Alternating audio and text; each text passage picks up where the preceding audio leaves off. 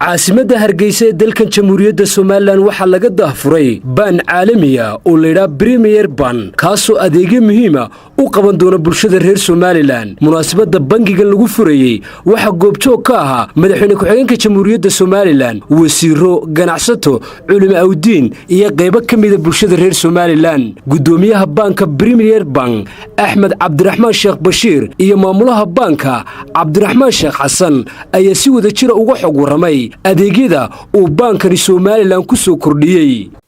qodobka muhiimka ah waxa weeyaan Premier Bank waxa ka go'an horena uga goonayd inuu hay'adaha u qaabilsan kormeeridiisa oo ay ugu horeeyaan bangiga dhexe inuu si toos ah ula shaqeeyo isaga oo mar walba la barbar taagan sidii ay u xaqiijin lahaayeen ujeedada ugu muhiimsan ee bangiga dhexe leeyahay oo ah in uu ilaaliyo deganaanshaha dhaqaalaha waddanka. in internetka ay macaamiishu wax ka iibsan karaan waxaynu ognahay oo aan naga qarsoonayn in Premier Bank suura geliyay markii koowaad taariikhda in macaamiisha loogu daabaco laguna siiyo Mastercard iyaga oo Hargeysa jooga. Gudoomiyaha banka dhexe ee Soomaaliland Maxamed Cabdi Ibrahim xubno ka mid ah culimada Soomaaliland iyo aqoonyahan iyo xubno ku hadlay bananka Dahabshiil iyo Salaama Bank ayaa iska daba maray muhiimadda uu bankani u leeyahay bulshada Soomaaliland ku dhaqan.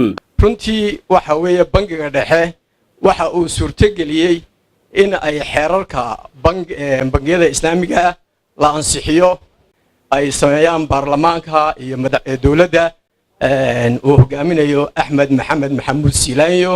nidaamkan uu bankigu ku shaqaynayo annaga ayaa culimo ahaan u saxnay waana nidaam waafaqsan shareecada. waxaan xasuustaa mar aan ahaa ku jiray businesska xawaaladaha dhalinyaro badan inay iman jirtay oran jirtay kaadhar baan u baahanay ma noo samayn karaysaa.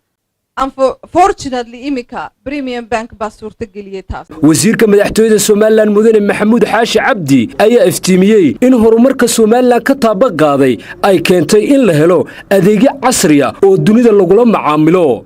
waxaanu xukuumad ahaan soo dhaweynaynaa daahfurka bankan cusub ee Premier Bank. Jamhuuriyadda Soomaaliland waxaa ka tis qaaday oo ka galay Ilaahay mahadii nabad iyo nidaam wanaagsan. kuwa la'aantood ma suura gasheen in shirkado ganacsi ay isku soo aaminaan ama ay isku ballaadhiyaan. nabadda Soomaaliland haysato oo ah muxuu ahaa nimco weyn oo ay ka mid yihiin dunida meelaha ugu nabdoon iyo maamulka wanaagsan iyo kala dambeynta iyo dawladnimadu waa waxa soo jiiday inuu bankani maanta halka inoogu yimaado. waa waxa keenay shalayta DB Well waa waxa keenay shirkado hore oo badan iyo baanankii hore ee halkan ka shaqeynayay. sidoo kale shirkadihii wadaniga ahaa iyo kuwii shisheeyaba ee dhammaan dalkan maalgeliya waa bogaadinaynaa ee ku dhiiriday maalgelintiisa. Premier Bankna waa soo dhaweynaynaa. waxaanu doonaynaa dalkan ganacsigiisa inaanu furfurno. waxaanu xukuumad ahaan xukuumadda kulmiye Axmed Siilaanyo hogaamiye ka yahay waxa ya Cabdiraxmaan Siilaanyo waxa u siyaasada inaanu dalkan ganacsigiisa furfurno ku soo dhiiri gelino dad maal gashada. dunida ganacsigu waa isugu jira, Soomaalina ganacsigu waa isugu jira. Soomaali siyaasadii bay ku kala tagtay. ma oolin siyaasad lagu shiraakoobo, laakiin bulshada Soomaaliland way la shiraakoobi kartaa markay ganacsi timaado Soomaali iyo shisheeye kanaba.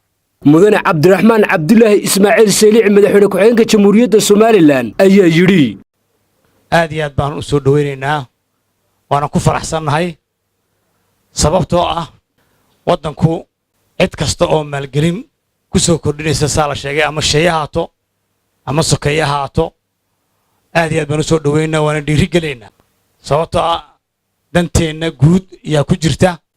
haddii la tira kooban millions baa ku jira dhulka. bangi haddaad maqashaana wuxuu bank ka shaqeeyaa